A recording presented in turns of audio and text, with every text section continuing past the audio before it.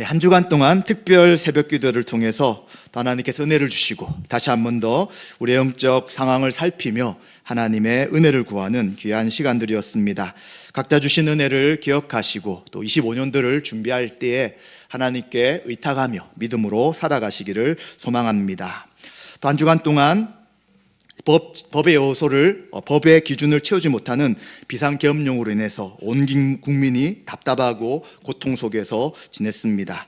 이제 법적으로 또 평화롭게 이 문제가 잘 해결되어서 국가의 안위와 또 국민들의 그 아픈 마음들이 잘 회복될 수 있도록 계속해서 이 민족을 위해서 기도해 주시면 좋겠습니다.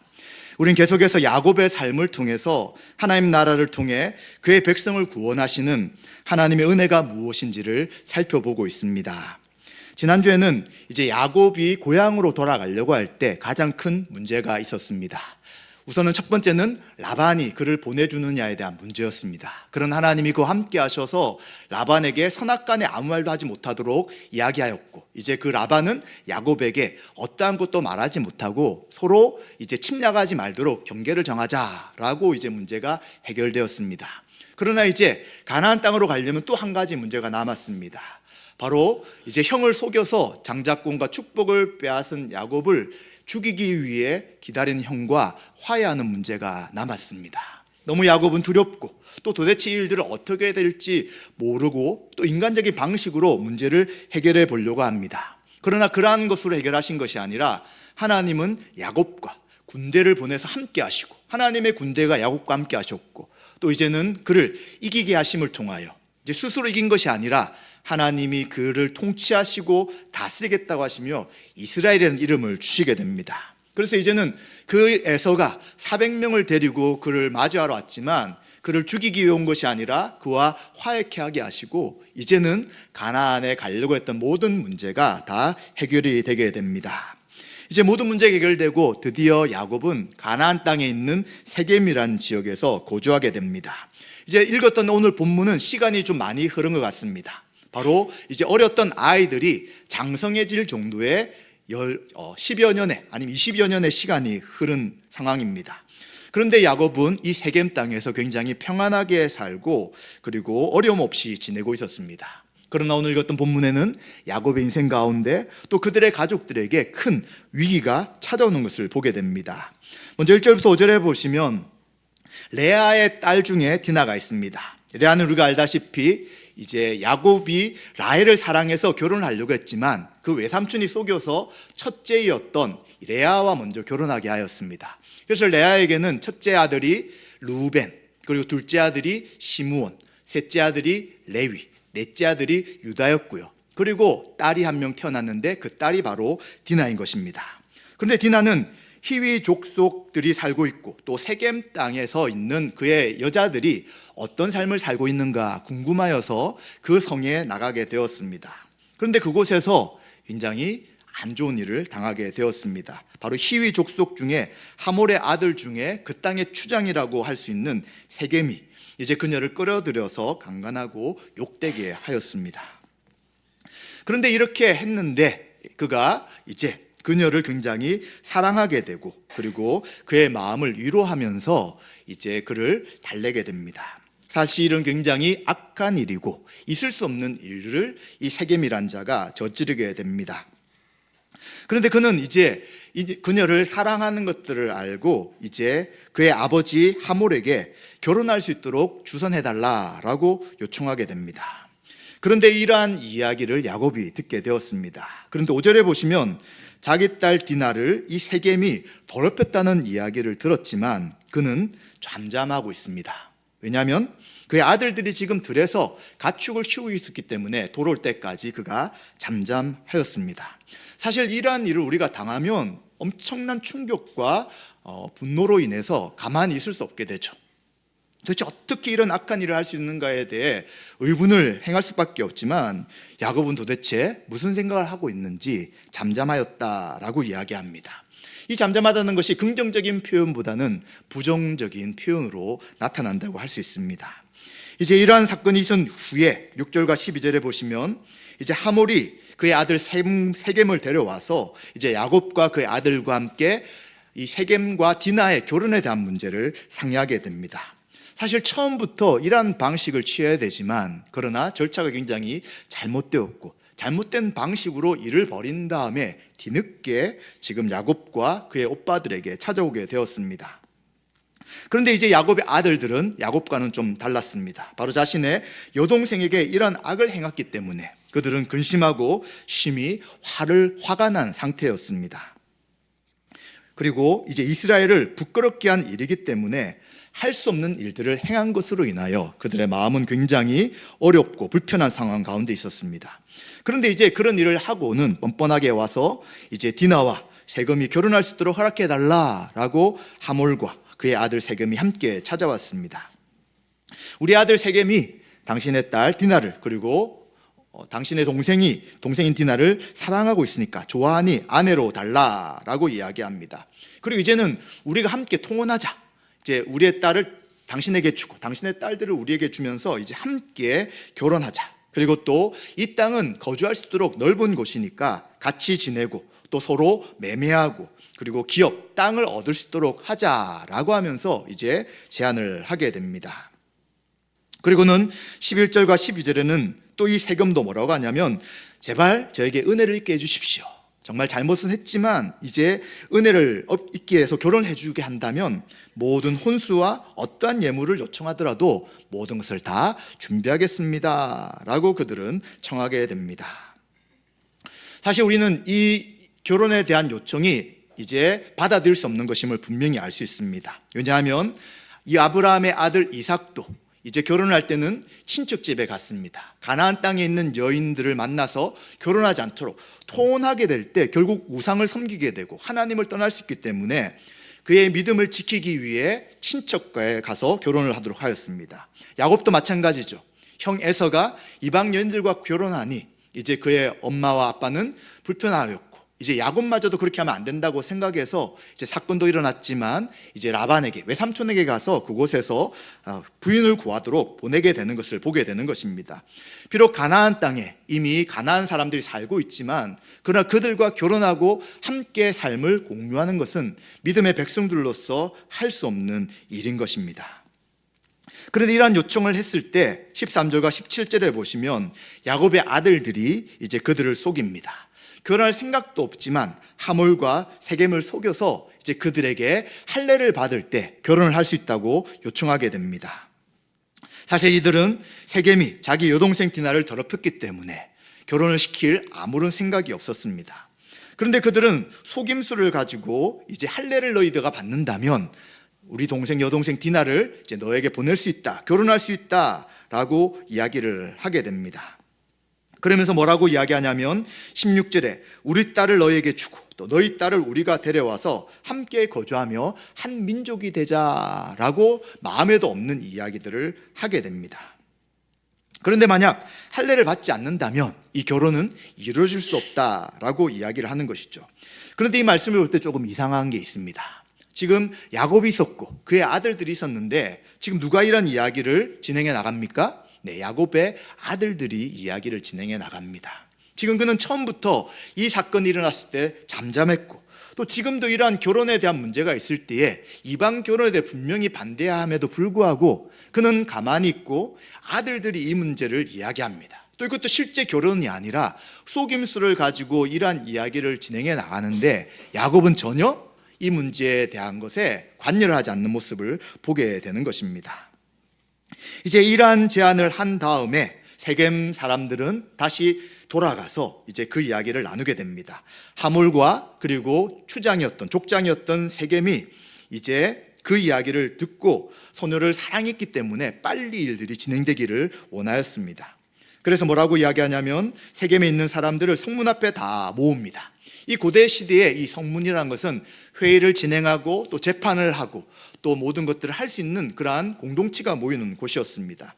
그 사람들을 모으고 이제 우리가 이들과 함께 침묵하면 좋겠다라고 말합니다. 또 이 땅은 넓기 때문에 그들을 용납해서 함께 살 수 있다고 이야기합니다. 그리고 거주하고 매매하게 할 때 이제 우리의 딸들을 그들에게 시집 보내고 또 그의 딸들을 우리에게 올 수 있도록 하자라고 합니다. 사실 야곱에게는 딸이 한 명밖에 없지만 사실은 이 세겜을 위한 이야기가 되죠.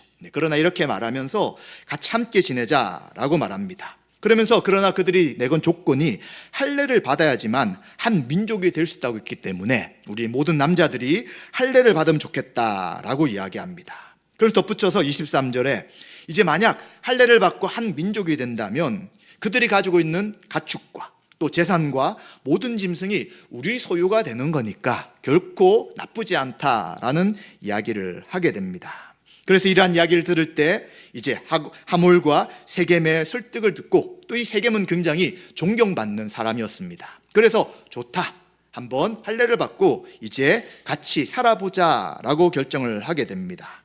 그래서 25절과 31절에 보시면 이제 그들이 할례를 받게 됩니다. 그런데 3일째 되었을 때 일이 터집니다. 바로 3일째는 할례를 행한 후에 굉장히 아픈 시점이 3일이고 그때는 이제 일어나고 뭘 하기가 굉장히 어려운 시점인 것이죠. 그때 이제 야곱의 아들이었던 시므온과 레위가 칼을 들고 그들을 다 쳐 죽이게 됩니다. 싸울 수 있는 준비가 되지 않는 그들을 다 죽여버리게 되는 것이죠. 몰래 들어가서 성읍을 기습하게 되고요. 하물과 또 세겜까지도 죽이게 되고 여동생 디나를 세겜의 집으로 데려오게 됩니다. 그렇죠. 그의 직접적인 여동생이었잖아요. 라헬 엄마의 딸이었기 때문에, 그리고 여동생이었기 때문에 이 두 사람이 적극적으로 나서서 이제 그 모든 일들을 행하는 것을 보게 됩니다. 그리고는 더 나아가서 양과 소와 나귀와 그 성읍에 있는 것과 들에 있는 것과 그들의 모든 재물을 빼앗게 됩니다. 사람을 죽이는 것도 그들이 해야 될 선을 뛰어넘는 것인데 더 나아가서 모든 것을 약탈하는 도둑과 같은 일들을 이들이 하게 되는 것이죠. 그리고는 이제 남자들이 다 죽었으니까 그의 아들, 아내들과 집안에 있는 물건들마저도 다 노략질하면서 피비린내 나는 살육이 일어나게 되었습니다. 나중에 이들의 이 행동에 대해서 야곱이 12아들을 모아놓고 축복 기도를 할 때 분명하게 이 악에 대해서 이야기합니다. 이들이 칼을 들고 이 일을 했기 때문에 이제 이들은 흩어질 것이라고 이야기하면서 그들의 인생 가운데 하나님의 은혜가 없을 것에 대한 이야기들을 하게 되는데 바로 시몬과 레위가 이런 일들을 저질러 버린 것이죠.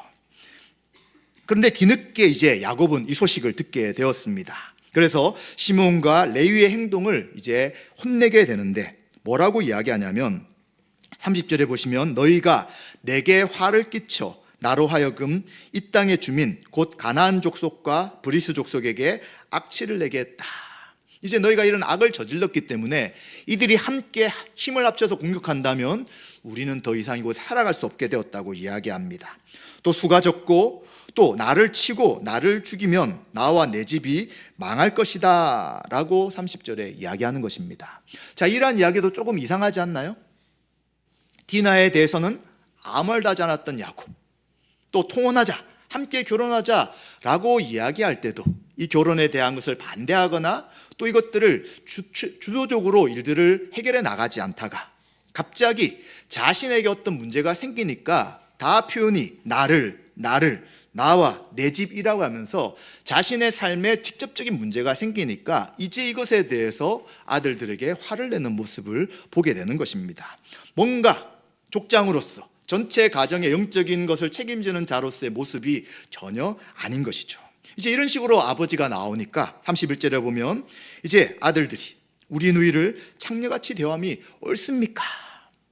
아버지가 왜 이렇게 하는지 이해할 수 없습니다 라고 하면서 이제 두 아들과 아버지와의 관계에 문제가 생기는 것이 나타나게 되는 것입니다. 우리는 도대체 왜 이런 일이 생겼는지 정확하게 알 수 없습니다.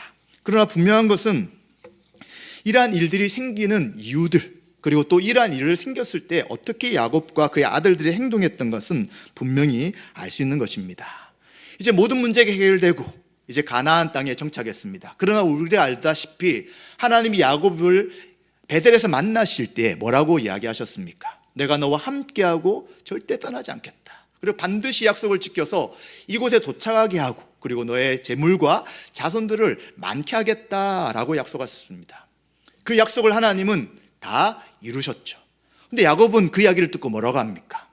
하나님이 나의 하나님이 되겠습니다 라고 하면서 이제 이곳에 제단을 쌓고 하나님을 예배할 것이고 그리고 내가 가지고 있는 재산의 10분의 1을 하나님 앞에 드리겠습니다 라고 그는 약속했습니다. 그런데 지금 그는 어디에 머물고 있습니까?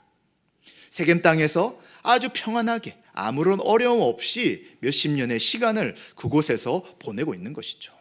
하나님의 약속을 지키고 그 함께 했지만 그는 약속을 잊어버리고 이제 힘들었던 20년의 외삼촌과의 씨름, 그리고 또 에서와의 관계 속에서 굉장히 어려웠던 것들이 다 해결되니까 이제 다른 복잡한 일을 하기 싫었는지도 모르겠지만 그는 그냥 이 세겜에 머물러서 살아가고 있는 것입니다. 그래서 창세기 30장에 일어났던 이 일에 대해서 많은 주석가들이 너무 잔혹하고 잔인한 사건이기 때문에 설명을 하지 않고 넘어갑니다. 그래서 그냥 읽는 사람들이 본문을 읽고 스스로 적용하시라고 이야기하고 이 문제에 대해서는 다루지 않게 되는 것입니다. 도대체 왜 이런 일들이 발생하게 되었습니까? 바로 이 야곱의 딸 디나가 했던 행동을 보게 되면 그는 세겜의 사람들, 또 세겜성에 살고 있는 이방인들의 여인들이 어떻게 살아가고 무엇을 하는지에 대한 관심을 가진 것이죠. 바로 이것은 그 땅에 있는 불신자들, 하나님을 믿지 않는 자들의 외적인 모습에 대한 관심을 가진 것으로 시작되는 것입니다.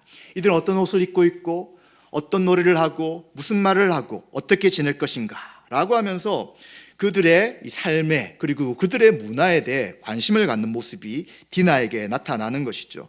이것은 다르게 이야기한다면 하나님의 백성이 하나님을 따르는 삶보다는 외형적인 모습을 추구하는 이 세속화에 대한 모습이 이곳에 있었다라고 말할 수 있는 것입니다. 세속화는 하나님 믿는 사람들이, 성도들이 하나님을 쫓아 믿음의 삶을 살아가지 않고 세상의 문화와 세상을 좋아하며 그곳에 가서 외적인 것을 추구하는 삶이 세속화라고 이야기할 수 있는 것입니다. 왜 그것이 문제가 됩니까? 우리 성도들은 세상 속에 살고 있습니다. 우리가 함께 예배를 드리지만 또 이제 이 교회를 떠나게 되면 대부분의 사람들이 불신자인 곳에 살아가게 됩니다. 직장에서도 학교에서도 또 여러 인간관계에서도 믿지 않는 사람들과 살아갑니다. 그럼 세상을 떠나라는 것입니까? 그게 아니죠. 세상은 하나님을 왕으로 인정하지 않고 자신이 주인이 되어 이제 생명 없는 자들이 살아가는 삶을 살아가는 것이죠. 그래서 이들의 중심은 항상 외적인 것입니다. 외적인 모습이 좋은지, 또 외적으로 무엇인가 화려한 것을 가지고 있는지, 뭔가 큰 것을 가지고 또 높은 것을 가지고 다른 사람들을 이제 나는 이런 존재다라고 드러내려고 하는 것이 바로 믿지 않는 자들의 모습인 것이죠. 그런 믿는 사람들 어떻습니까? 이 세상에 속해 있지만 믿는 사람들은 주인이 하나님이십니다. 하나님 말씀 가운데 하나님이 원하시는 삶을 살아가려고 하면서 세상에 속해 있기 때문에 차이가 나는 것이죠. 무엇을 가장 중요하게 생각합니까? 하나님 나를 구원하신 은혜가 얼마나 큰지, 죄 가운데 있었던 우리를 예수 그리스도의 십자가를 믿는 은혜로 구원케 하시고 하나님 백성 되어서 이제 우리 내면의 심령이 새롭게 날마다 변화되고 하나님을 닮아가는 그 모습에 관심을 가져가는 것이죠.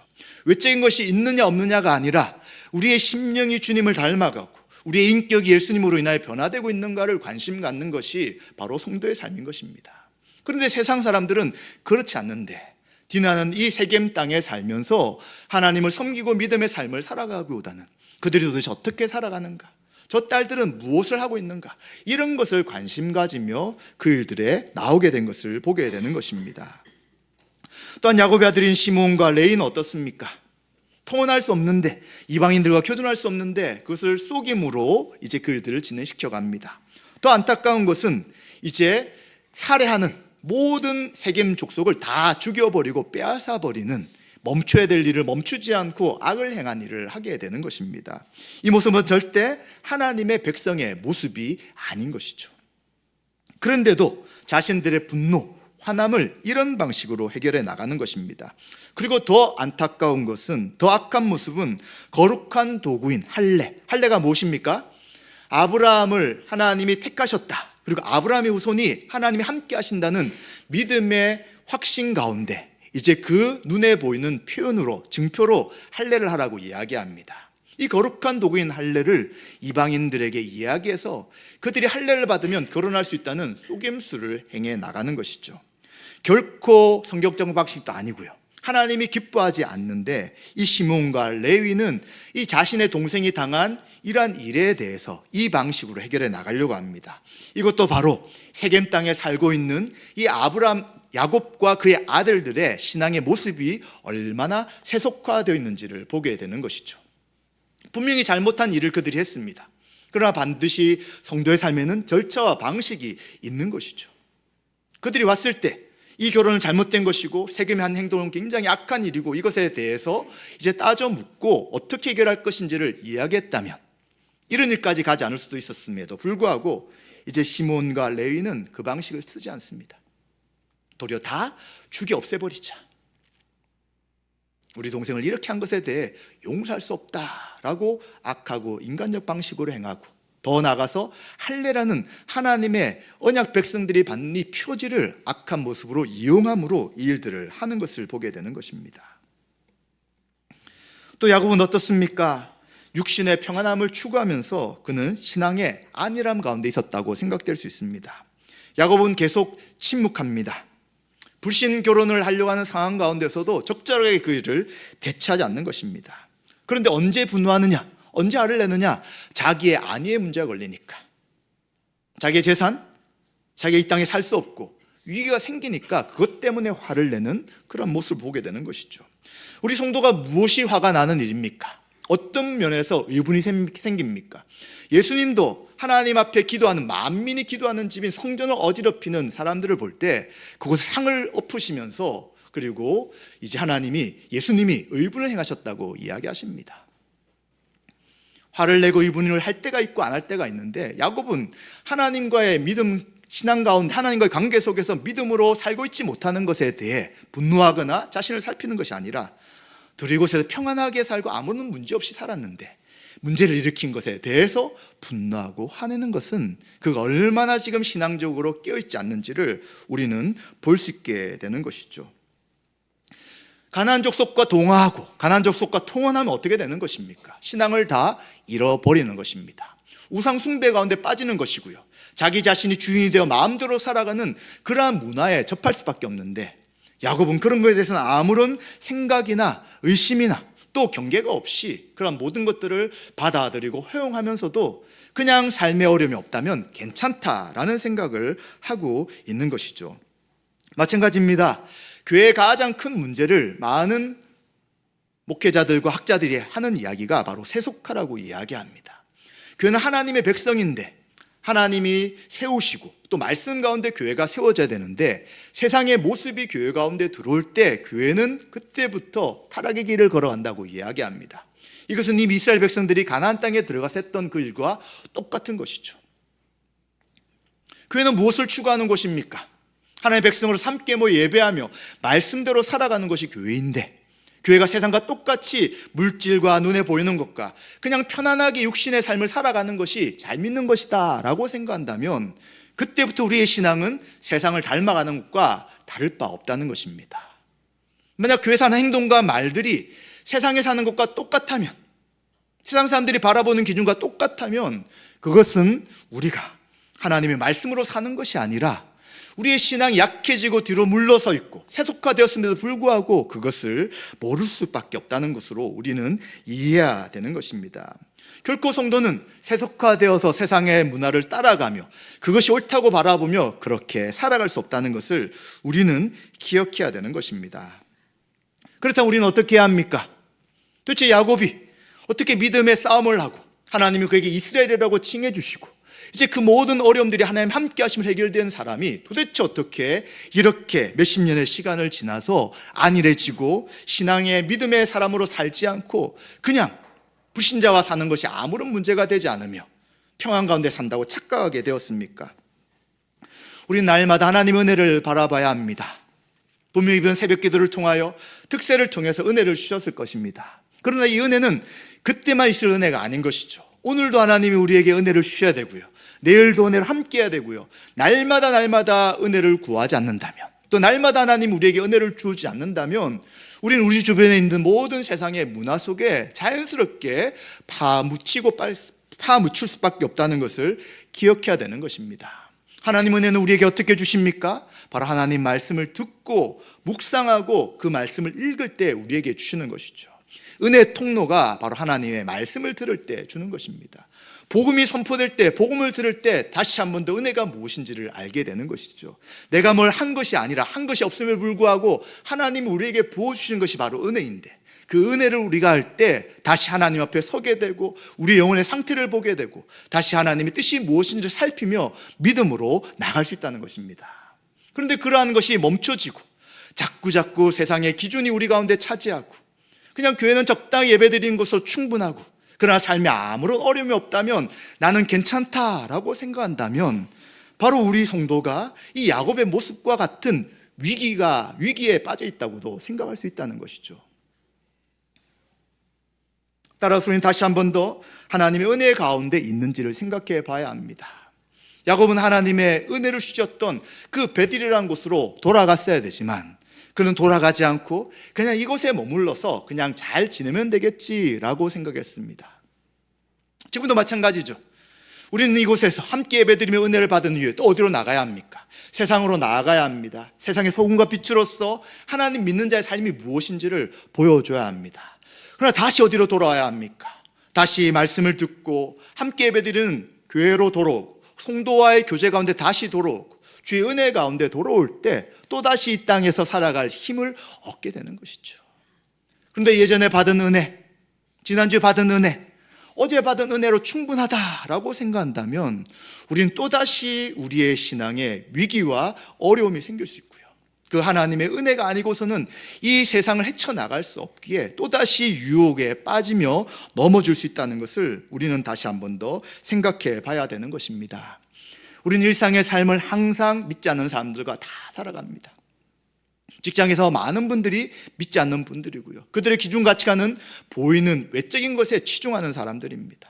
학업을 감당할 때도 마찬가지고요. 또 여러 사람을 만날 때도 정말 믿음의 사람을 보기는 어려운 상태입니다. 그렇다면 우리는 세상 속에 살 때 무엇이 우리의 기준이 되어야 합니까? 바로 누가 왕이며 또 누가 주인인지를 우리 날마다 결정해 나가야 되는 것입니다. 만약 세상 사람들처럼 자신이 주인이며 자신이 왕인 사람의 생각과 삶의 방식을 추구하고 그것이 좋게 보인다라고 살아간다면 우리는 여전히 주님이 우리의 인생의 주님에도 불구하고 반대로 살아가는 것입니다. 그러나 만약 그 삶이 하나님이 기뻐하시지 않고 주인이 주님이시며 나의 왕이신 주님의 뜻대로 살아간다면 그 세상 속에 살지만 그의 모습은 달라지는 것입니다. 소금으로 빛으로 살아가면서 믿지 않는 분들이 당신은 정말 다릅니다. 뭔가 이런 상황의 행동을 결정하는 것, 생각하는 것이 뭔가 우리와 좀 다릅니다. 좀 뭔가 거룩하게 보입니다. 뭔가 당신에게는 함부로 말하면서 우리같이 악한 모습으로 세속적으로 살아가는 것을 요구할 수 없게 보입니다 라고 말할 때가 있다는 것이죠. 그리고는 어려운 순간 도움이 필요할 때 우리에게 도움을 요청하며 지금 내가 이런 어려운 상황이 있는데 당신이 믿는 주님께 또 하나님께 좀 기도해 주십시오. 아니면 어떻게 해야 될지 기도하고 좀 좋은 판단을 내려주십시오 라고 우리에게 도움을 묻게 되는 것이죠. 왜냐하면 하나님이 주인이 아닌 사람, 자신 인생의 주인인 사람은 인생의 어려움을 겪을 때 그 두려움과 낙담 속에서 그 일들을 제대로 헤쳐나갈 수 없는 것이죠. 자신을 뛰어넘는 한계를 만날 때 낙담에 쓰러질 수밖에 없는 것입니다. 그러나 우리는 어떻습니까? 주님 우리 왕이시고 주님 우리와 함께 하시기 때문에 우리는 그 어려움들을 주의 은혜로서 헤쳐나가고 또 우리를 통하여 세상 가운데 복을 주시기 원하시기 때문에 바로 복의 근원의 역할들을 우리가 할 수 있다는 것을 꼭 기억하셔야 될 것입니다. 따라서 우리는 혹시 지금 삶이 너무 평안하고 아무런 어려움이 없고 그냥 이렇게 살아가면 충분하다라고 생각한다면 다시 한 번 더 우리의 신앙을 점검했으면 좋겠습니다. 과연 이 평안함, 이 결정, 이 삶에 주님이 주인이시며 주님이 왕으로서 우리가 결정하고 행동하고 있는지, 아니면 하나님의 은혜가 없어도 그냥 그동안 살아왔던 그냥 흘러가는 그 인생으로 살아가고 있는지 우리가 생각해 보시고 우린 다시 한 번 더 하나님의 은혜가 나를 붙잡으셔서 육신의 평안함이 아니라 영적으로 주님과 날마다 교제하면 믿음의 삶을 살아가도록 은혜를 구해야 될 것입니다. 야곱은 문제가, 인생의 모든 문제가 해결되었다고 생각할 때 그는 이제 이 문제가 해결됨을 통하여 안일한 삶을 살게 되었습니다. 하나님 앞에 드렸던 약속을 지키며 항상 말씀을 의지하며 살았어야 함에도 불구하고 그의 모습에는 그런 것이 전혀 나타나지 않습니다. 그의 자녀들의 삶도 또 문제가 생겼을 때 야곱이 간섭하거나 또 제어하거나 바른 길을 제시하지 못하는, 깨어있지 못하는 모습을 보게 되는 것입니다. 그러면서 이제 그의 아들을 통한 큰 살인이라는 오점을 남기고 이제 그 레위와 그리고 시몬은 그 인생 가운데 하나님이 기뻐하지 않는 일들로 인하여 큰 오점을 남기게 되었습니다. 마찬가지입니다. 우리 날마다 깨어 생활해야 합니다. 평안하다고 할 때 위기가 있다는 것을 기억하시고요. 또 평안할 때 이것이 세속적 방식에 그냥 들어가서 평안한 건지, 아니면 우리 가운데 계신 성령님의 인도하심을 통한 평안인지를 생각하시고 오늘 하루 삶을 살아가실 때 우리에게 주신 사명, 우리를 세상에서 보내신 이유, 또 성도로 구원케 하신 그 은혜를 생각하며 믿음으로 살아가시는 저 여러분 되시기를 주님의 이름으로 축원드립니다.